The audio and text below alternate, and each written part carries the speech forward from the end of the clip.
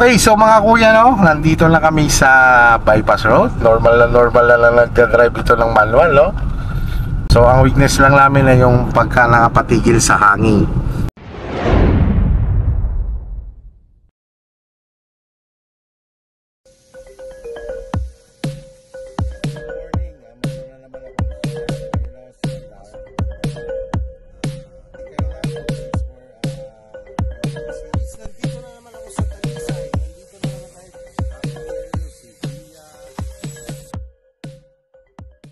Speed awareness natin 40 lang tayo.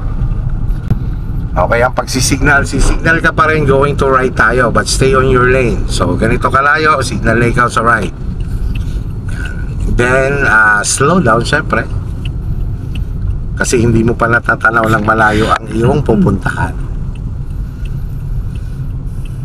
Pag natatanaw mo na unti-unti ka na rin nagdadagdag ng speed. But stay on your lane pa rin. Okay, so intentionin mo, lipatan ang left. Signal. Kapag clear, speed up. Yon. Patay si signal light. Fourth gear. Huwag magbe-brake pag naglilipat. Lipat mo lang. Yan. Tapos na yung ganyan, di ba? Nagdadrive ka na ng it's about more than 40. So parang lang yung matik yan. Alisin mo pa mo dyan sa clutch. Yan. Parang ka lang nagdadrive ng matik dyan. Pag bumagal, gas. Pag bumilis, bitaw. No? Speed up ikaw. Sige, speed up. Okay. Okay, fifth gear. Okay, nasa 60 na tayo, no? Not more than 60, ha? Yan.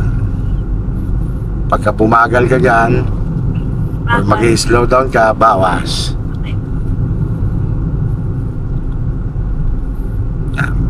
Yung slide curve, slow down. Yung ating madadaan ng intersection, ang direction natin ay go straight lang tayo, no? Tapos slow down ka, bawas ikaw para makontrol mo yung intersection. Slow down ka muna, bawas ikaw. So speed mo ay 40, lagay mo sa third gear. Speed up and then gear up. Hanggang 60 lang tayo, ha? Papapasarap, ganyan yung mga napapasarap eh. Minsan nasa 80 na, hindi na nakakaramdam. Ano na po ito?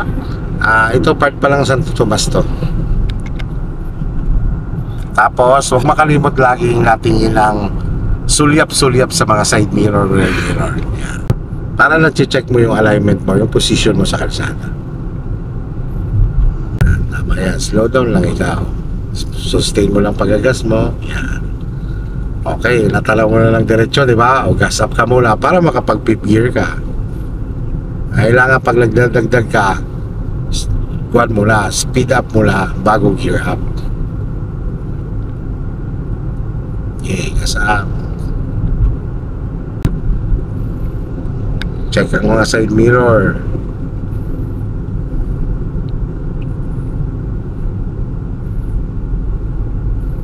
Paglagpas natin dito sa curve na to, magti-3 lane siya. Signal ka sa right, pwesto ka sa middle lane. Signal sa right. Check pa rin ang right para nasasanay. Yan. Punta ka dyan sa middle lane. Yan. Patay signal light. Yan. Kaya dito tayo nakapwesto ay yung mga mas mabilis sa atin, dapat meron silang space o overtaking lane na lang. Tapos tandaan mo lang nga, sa National Road, Bypass Road, ang maximum speed dito is 80 lang. Ang 100 km per hour ay ginagawa lang yon sa express.